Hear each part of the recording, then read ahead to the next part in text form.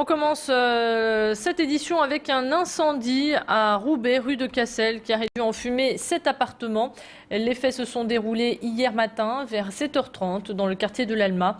Les pompiers sont intervenus pour éteindre les flammes qui embrasaient plusieurs habitations.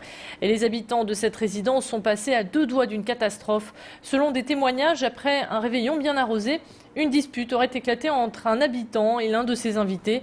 L'incendie aurait pris de cette habitation située au rez-de-chaussée. S'en est suivi une explosion due à la présence de bouteilles de gaz. Les flammes se sont rapidement propagées aux appartements du dessus. Lors de cette intervention, les pompiers ont été gênés par des véhicules mal stationnés, empêchant l'accès aux bouches d'incendie liées à l'immeuble. Et la barrière d'accès des pompiers était également fermée.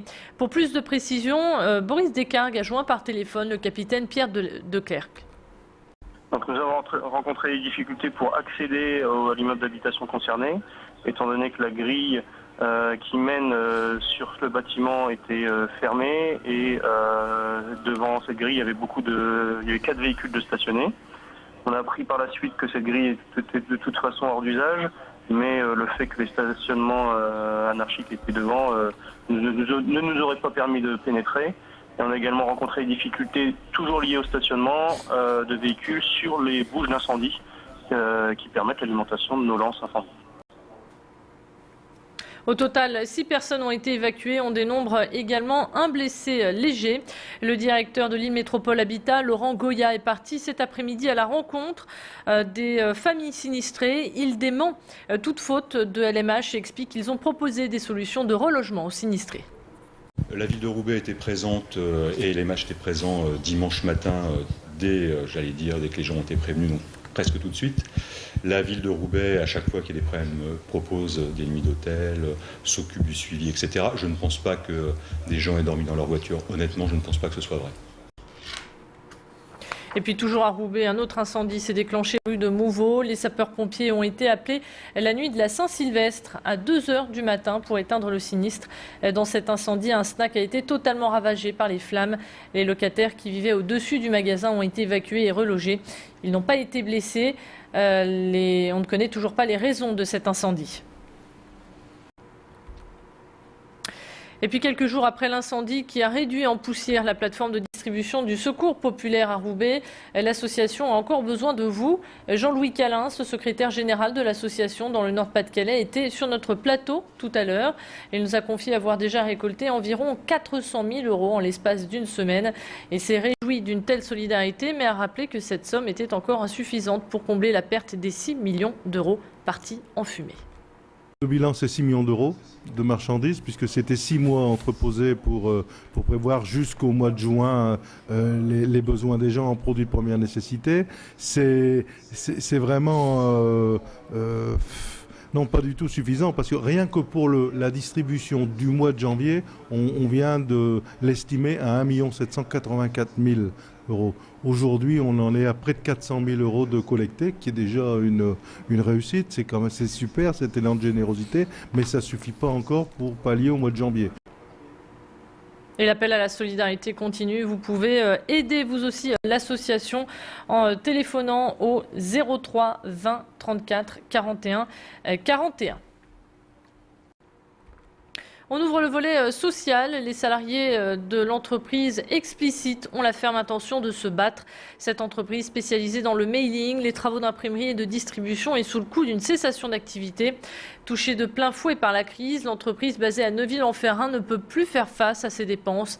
Un coup dur pour ces 13 salariés qui ont appris cette mauvaise nouvelle quelques jours seulement avant les fêtes de fin d'année. Alors leur résolution pour 2011, c'est de se battre pour conserver leur emploi.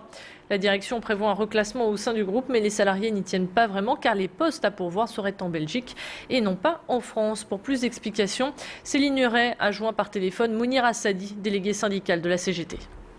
Ils ont vu les questions et tout ça, ils se sont dit clair et net, les propositions, ils sont exclusivement apparemment que sur l'étranger et pas principalement en France. À savoir qu'il y a beaucoup de salariés qui ne sont pas véhiculés. Ils venaient travailler avec les transports en commun et tout ça.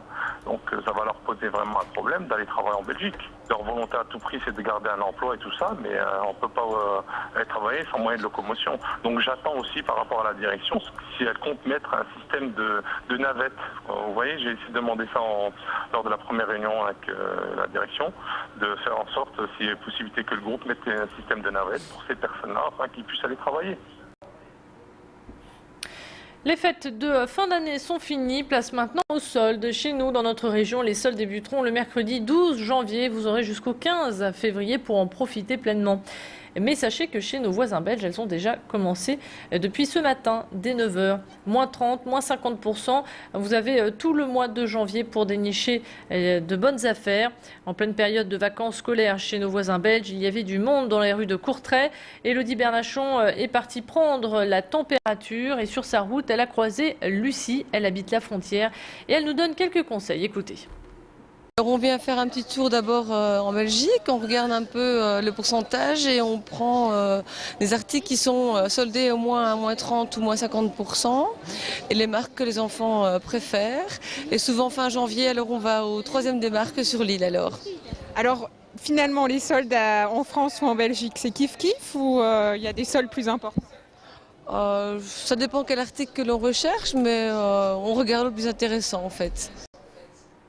Et on termine cette édition par un mot de sport. Le club de Valence a confirmé l'engagement d'Adil Rami à partir de la saison prochaine. Il sera toutefois prêté au LOSC jusqu'à la fin de cette saison. Adil Rami arrivera en juillet à Valence et il restera jusqu'au 30 juin 2015. On ne connaît toujours pas le montant de ce transfert.